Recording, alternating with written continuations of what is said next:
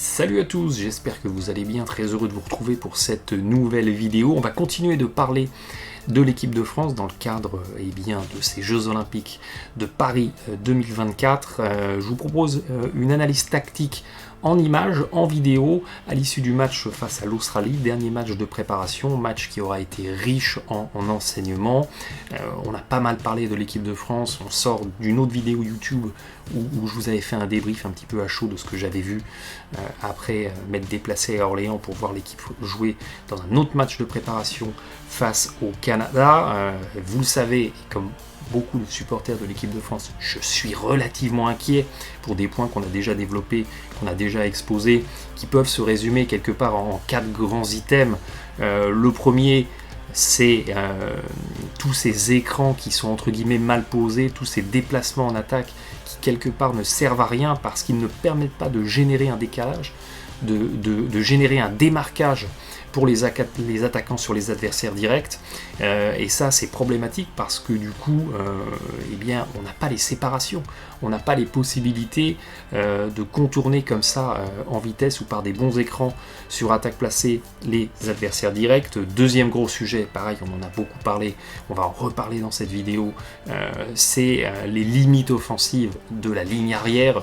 Une ligne arrière qui, dès qu'elle est un petit peu mise sous pression, dès qu'elle est pressurisée par la défense, a du mal à faire exister l'attaque, on a du mal à sanctionner sur les mismatchs, on a du mal à exploiter les décalages et globalement on a une contribution offensive qui est assez faible de la part de la ligne arrière. Or cette équipe de France, elle a besoin d'une ligne arrière qui peut être en capacité de créer, notamment pour ses bons intérieurs, pour Gobert, pour Wembanyama, pour Yabusele. Et ça c'est un vrai sujet.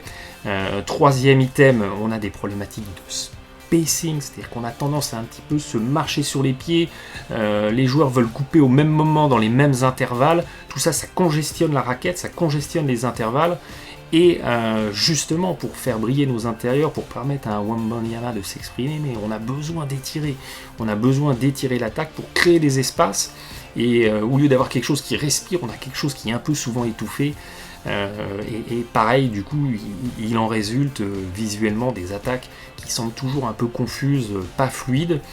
Et quatrième sujet, on a certes une très bonne défense, on va surtout quasi exclusivement parler de l'attaque dans cette vidéo. On pourrait évidemment parler longuement de la défense, mais on va vraiment se focaliser sur l'attaque, considérant que c'est vraiment le talon d'Achille de cette équipe de France. Mais on a une très bonne défense qui finalement ne permet pas aux joueurs français d'aller marquer énormément de points, énormément de paniers un peu plus faciles à haut pourcentage en transition, et ça c'est dommage, on n'a pas de transformation des bonnes attaques par des attaques un peu plus faciles. Donc on va parler de tout ça en vidéo. Il y a quand même eu des choses intéressantes, pas vous proposer un tableau exclusivement négatif, on a vu des choses intéressantes face à cette équipe d'Australie. Ne perdons plus de temps, c'est parti, place aux images. Attaque placée de la France, le ballon est dans les mains de Yabusele. Il y a Gobert à l'opposé sur un emporteur sur Batum qui va faire un écran, mais vous voyez que l'écran finalement ne crée pas de séparation sur le défenseur. On a un rescreening de Gobert sur Batum, mais c'est pareil, l'écran n'est pas correctement posé, Gobert ouvre tout de suite au cercle, la défense australienne referme bien, il n'y a pas de solution de passe vers l'intérieur pour Fournier qui tente d'attaquer dans l'intervalle, pas de solution, on a une séquence de main à main du coup qui se réinitie à l'opposé, mais c'est pareil, aucun des écrans ne permet de vraie séparation sur les défenseurs, et ça finit par un tir forcé en fin de possession. Montée de balle de Cordinier, on ne sait pas trop si c'est un écran de Wemby qui croise. Cette fois-ci, il y a un écran non porteur sur Fournier qui va se présenter au ballon, mais c'est pareil, Fournier prend mal l'écran, il n'est pas séparé de son défenseur. On va tenter de resservir Wemby, mais il est très loin du cercle. Donc Fournier repasse par l'opposé, écran de Gobert qui fait la même chose, en fait, qui pose pas vraiment fortement l'écran et qui tout de suite couvre au cercle. Wemby à l'opposé, regardez, il est complètement tout seul, il pourrait s'envoler vers le alley-oop, mais on ne le voit pas. Il vient se présenter au poste, mais c'est pareil, on ne le voit pas. Du coup, Nilikina va servir en bas Gobert enroulé de Wemby qui, c'est pareil, n'est pas vu et snobé. Ça retransfère à l'opposé sur Fournier qui est obligé de prendre un tir relativement compliqué en fin de possession. Montée de Strazel, montée de balle de Strazel. C'est pareil, on va avoir un écran de Gobert, mais qui va être facilement contourné par le défenseur. Il y a le up and over des Australiens. Il y a un écran en continuité de Wemby qui, après l'écran, cette fois-ci, va ouvrir en pick and pop. Il est dans l'axe, il est complètement tout seul. Le tir est manqué, mais c'est vraiment un très bon tir avec Gobert en plus près du cercle qui peut le capitaliser en rebond offensif. On a Nando dans l'aile, ça repasse par Wemby. On a regardé le long de la ligne de fond, on a Strazel dans une séquence en floppy qui va bénéficier d'écrans de coéquipiers pour se démarquer, mais c'est pareil, il n'y a pas vraiment de démarquage sur le défenseur. On a Gershon qui monte poser un écran, mais c'est pareil, c'est pas vraiment posé, ça finit pareil. Comme pour Wemby tout à l'heure en pick and pop, je pose l'écran et j'ouvre à 3 points. C'est bien contesté par la défense et c'est complètement manqué. Séquence en horns assez typique de l'équipe de France avec 2 intérieurs sur une première ligne, 2 extérieurs dans les coins. Ça se continue par une séquence en main à main entre Wemby et De Colo. Derrière, on a de nouveau un double écran des intérieurs, mais comme précédemment, qui est facilement contourné par la défense. On va resservir Batum à l'opposé, qui ne peut pas servir un des intérieurs poseurs d'écran, donc il tente d'attaquer en dribble dans l'intervalle, mais très bon ajustement défensif des Australiens qui ferment l'accès au cercle. On retrouve Gobert dans l'axe, il y a un écran non porteur dans le coin. Fournier revient pour une séquence de main à main. Vous voyez qu'à aucun moment il a été vraiment démarqué de son défenseur grâce aux écrans. On a un rescreening de Gobert qui est pareil, qui est mal posé. Heureusement pour nous, les Australiens se sont un peu emmêlés les pinceaux dans les rotations défensives et Wemby est à nouveau tout seul à 3 points. C'est manqué, mais c'est...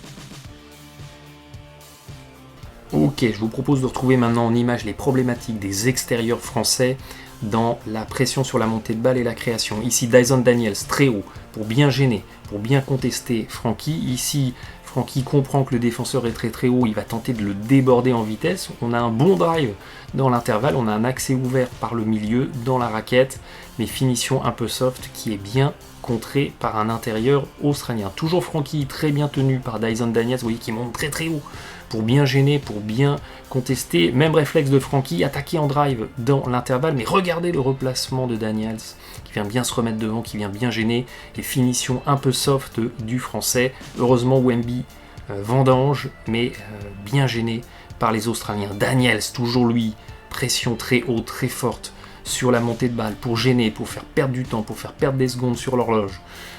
On a derrière un Mathias Le Sort qui va venir poser un écran haut pour essayer de libérer son meneur. Regardez, cette fois-ci l'écran est bien posé. On a une sortie d'écran avec un intervalle assez important sur le défenseur qui était resté en drop. Et c'est pareil, on n'arrive pas à sanctionner avec un tir tenté, un pied sur la ligne, l'un des plus mauvais tirs du basket. Démarrage de Cordinier dans l'aile, on a un cross-screen à l'opposé pour faire jaillir Wemby. Et regardez Wemby, il est tout seul, il aurait dû être servi ici sous le cercle et on avait un dunk. Il n'est pas servi, on a un replacement à mid-post, Cordinier qui coupe bien servi par Wembanyama, ça se présente au cercle, mais c'est pareil, c'est un petit peu trop soft et c'est manqué. Toujours bien vendangé en rebond offensif. Parlons un petit peu maintenant des problématiques de spacing. On a toujours cette attaque placée française. On a ce démarquage en diagonale, un système qu'on voit assez souvent du côté de l'équipe de France. Démarquage en diagonale de Cordinier, il est servi. On a le cross-screen qu'on a vu tout à l'heure. Fournier qui vient poser un écran sur Wemby, qui va se présenter au poste bas. Mais finalement, Cordinier n'attend pas que Wemby se démarque et vient s'empêtrer dans la raquette qui est déjà congestionnée par beaucoup de joueurs. On va servir Gobert au lancer, qui va initier une séquence en partant en dribble vers le cercle, mais est-ce que Gobert et Jokic? Je ne crois pas, et ça finit en perte de balle. Montée de balle française, on retrouve la séquence en horns qu'on a vu tout à l'heure, avec les 2 intérieurs sur la première ligne et les 2 extérieurs sur la ligne de fond. On sert Wemby, Gobert pose un écran pour démarquer De Colo sans ballon, on va repasser par Gobert, De Colo coupe. Et puis, on n'attend pas que la séquence se termine. On a un Gobert qui, pareil, tente de driver en descendant en dribble dans la raquette. Heureusement pour nous, ça vient aider. Ça laisse Batum tout seul dans le corner. Belle lucidité de Gobert. Et on a un tir ouvert à 3 points qui fait ficelle à partir du coin. Mais c'était mal engagé sur le début de cette séquence. montée de balle d'Albi ici. On a cet écran non porteur de Wemby pour démarquer l'ailier. Fournier qui se présente en curl, donc il sort de l'écran, il récupère la balle, et il va attaquer dans la raquette, dans l'intervalle, mais ça se replace bien, et au lieu que Wemby le laisse dans sa séquence vers le cercle, et bien c'est pareil, il vient descendre dans la raquette, il vient dans une raquette déjà congestionnée ajouter son défenseur, et ça finit en perte de balle.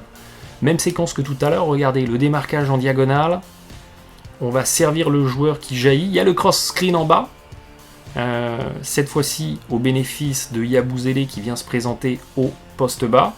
Après la présentation de Yabusele, il est à mid-poste Yabusele, on a une descente vers le cercle. Fournier cette fois-ci ne va pas vers le cercle, préfère rester dans le corner, va attaquer en dribble dans l'intervalle, et à l'opposé on a Koulibaly qui doit se présenter vers le cercle pour réceptionner le long de la ligne et monter dunker. On n'est pas aligné côté français et ça finit une nouvelle fois en perte de balle. Montée mi-terrain de Strazel. Oh, le démarquage en diagonale, on le connaît maintenant. Ça va jaillir du coup vers le bas de votre écran. On est dans une variante avec cette fois-ci une descente dans l'aile pour aller resservir l'intérieur au poste bas. Regardez la raquette, elle est congestionnée parce qu'on a Gobert qui veut se présenter mais qui du coup amène son défenseur aussi dans la raquette. Yabusele ne le voit pas. Même s'il est tout seul au milieu, on va repasser vers l'aile avec une tentative de drive vers le cercle, mais c'est pareil en fait, le défenseur de Gobert qui traîne un petit peu, son défenseur vient gêner l'accès au cercle, et finalement on a de la congestion alors qu'on devrait avoir des intervalles et des solutions en drive ouvertes pour nos extérieurs. Démarquage de Fournier, on a le rescreening de Gobert. On retrouve ces écrans qui sont pas correctement posés et qui libèrent pas vraiment l'attaquant. On a Gobert qui, au lieu de plonger au cercle, se présente au lancer franc. Fournier ne veut pas lui faire la passe, mais regardez, on retrouve cette raquette qui est bien peuplée de défenseurs australiens. On tente de driver, il se passe rien, et ça finit sur un tir de décalage dans l'aile qui est manqué. On va servir Cordinier dans l'aile, écran de Wemby. Cordinier va jaillir de l'écran. On tente de rescreener sur Wemby, mais regardez, c'est pareil. Regardez comme le spacing est serré. On a Cordinier qui veut descendre de haut panier, mais Wemby veut aussi descendre. Et finalement, on communique mal et on commet une perte de balle. Ça va trapper sur la montée de balle. On sert Fournier dans l'aile. Ça repasse par le meneur. On a perdu beaucoup de temps, regardez, il reste que 10 secondes sur l'horloge des 24, écran haut de Mathias Le Sort. Et regardez à l'opposé, on a deux joueurs plus ou moins dans le même espace, ce qui permet aux Australiens de tenir la raquette, parce qu'il n'y a pas de danger à l'opposé.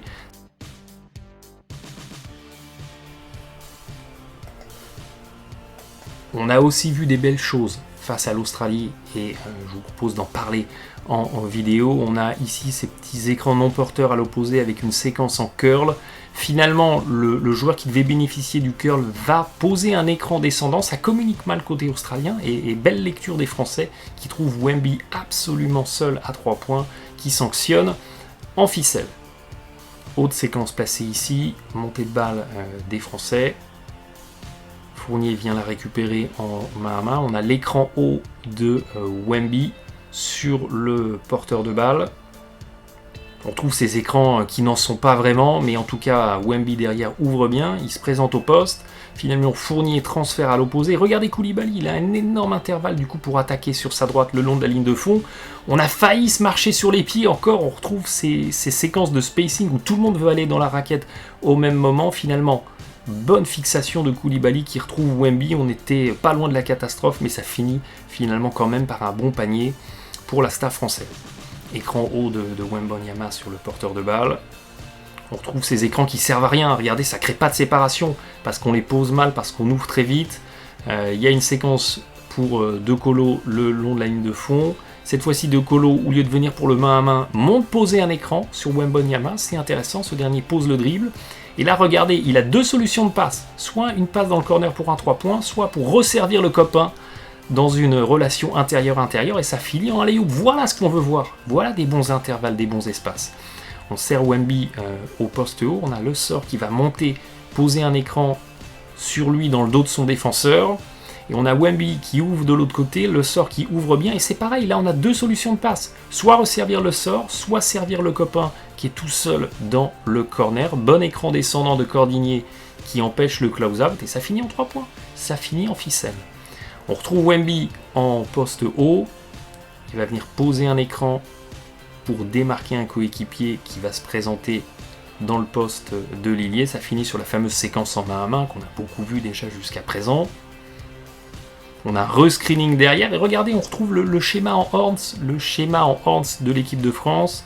Les écrans ne démarquent pas, mais De Colo sort bien de l'écran.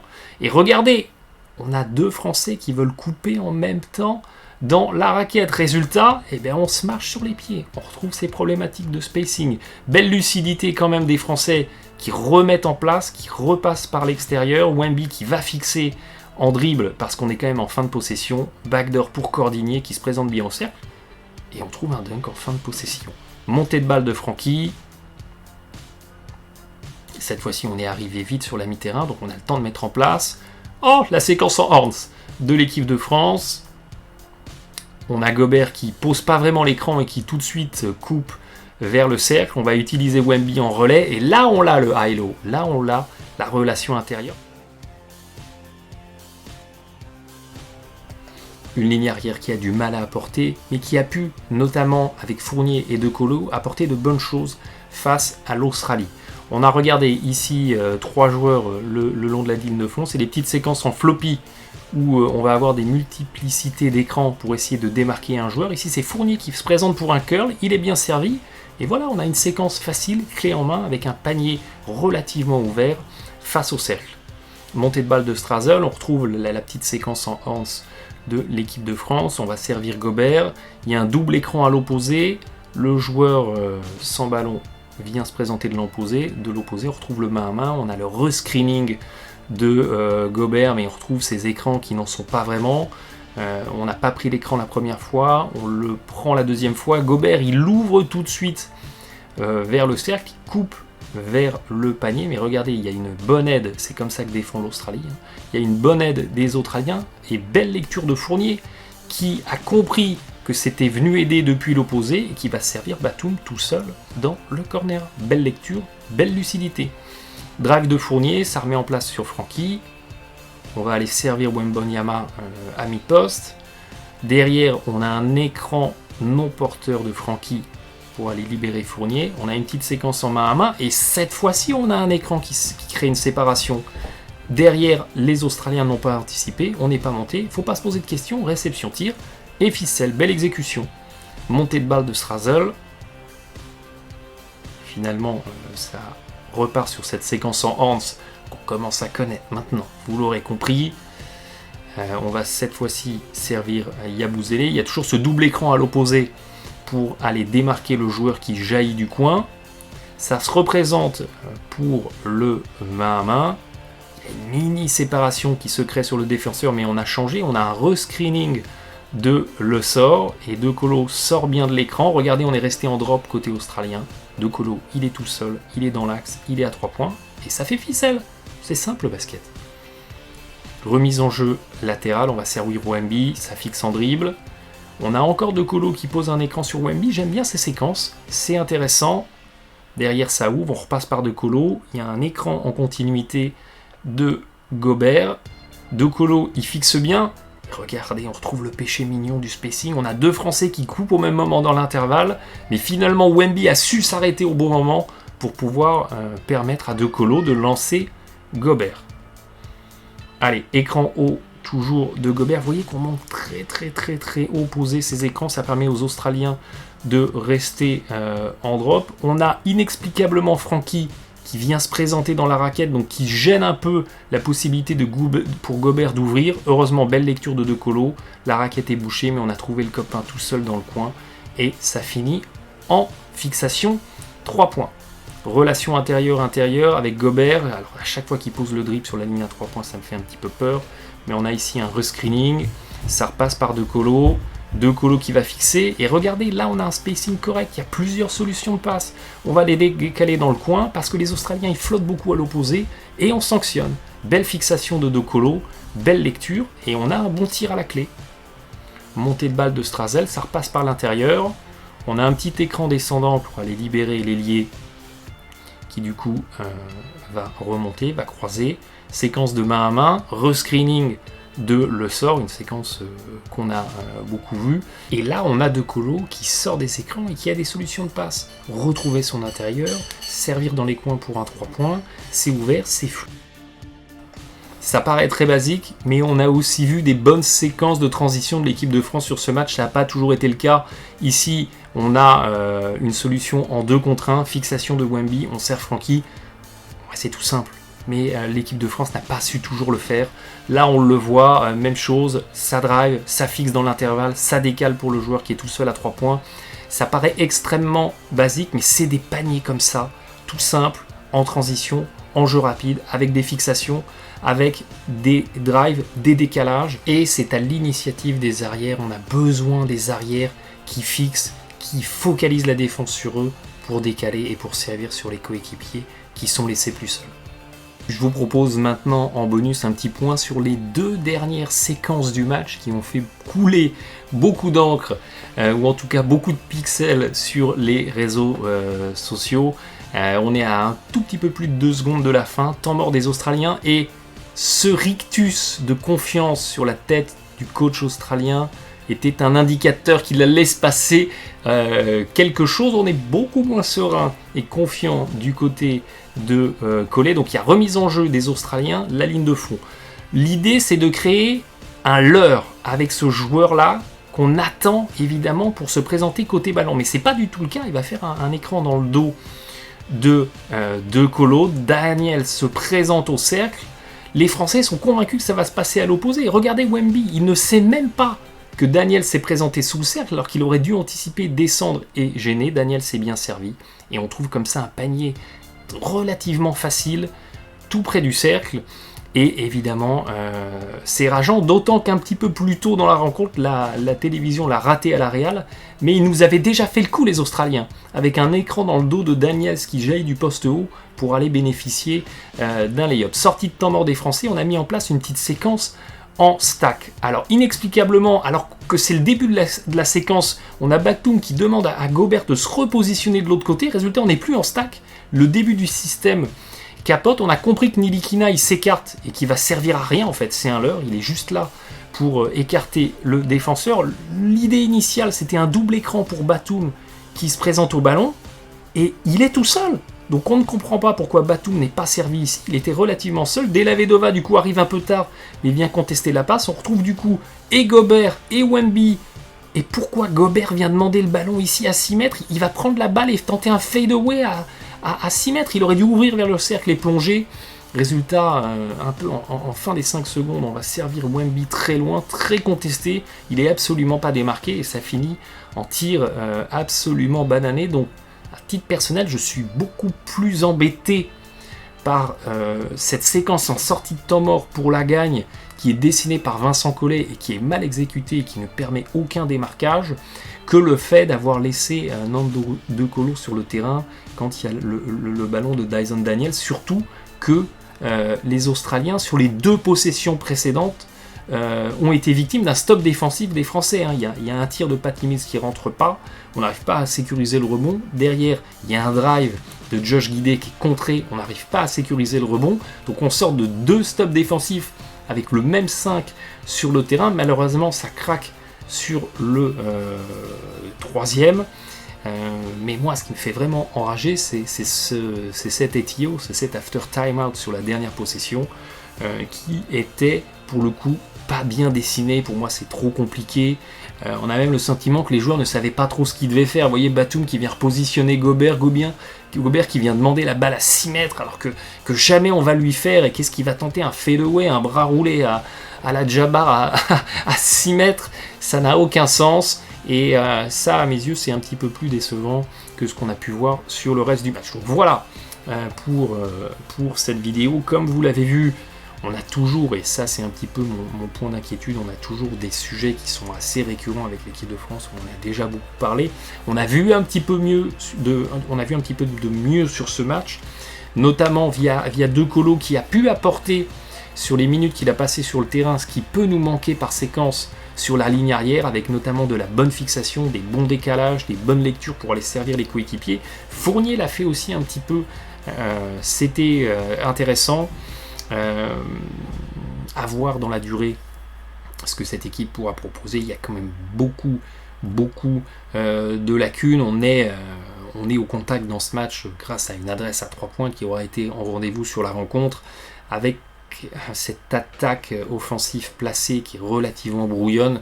L'équipe de France va être très dépendante en fait de sa réussite à 3 points pour aller chercher du scoring et pour du coup rester dans la bataille. Donc on croise les doigts, je suis toujours inquiet, on va pas se raconter d'histoire, le match face à l'Australie n'a pas gommé toutes les inquiétudes qu'on pouvait avoir.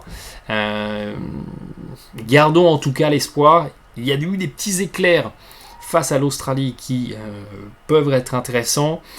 Il va falloir, dès le premier match, dès la rencontre face au Brésil, battre les Brésiliens. Les Français ne peuvent pas se permettre de perdre ce premier match face aux Brésiliens, parce que si la logique des rapports de force est respectée et que derrière les Français, eh bien, ils perdent contre l'Allemagne, mais gagnent contre le Japon, eh bien, il y a de fortes chances que les Français, du coup, soient 3e de leur groupe et, du coup, ne soient pas qualifiés pour les quarts de finale. Donc, victoire obligatoire. C'est déjà un match à élimination. Le premier match de la compétition est déjà un match à élimination. Victoire obligatoire, on suivra ça évidemment de très près.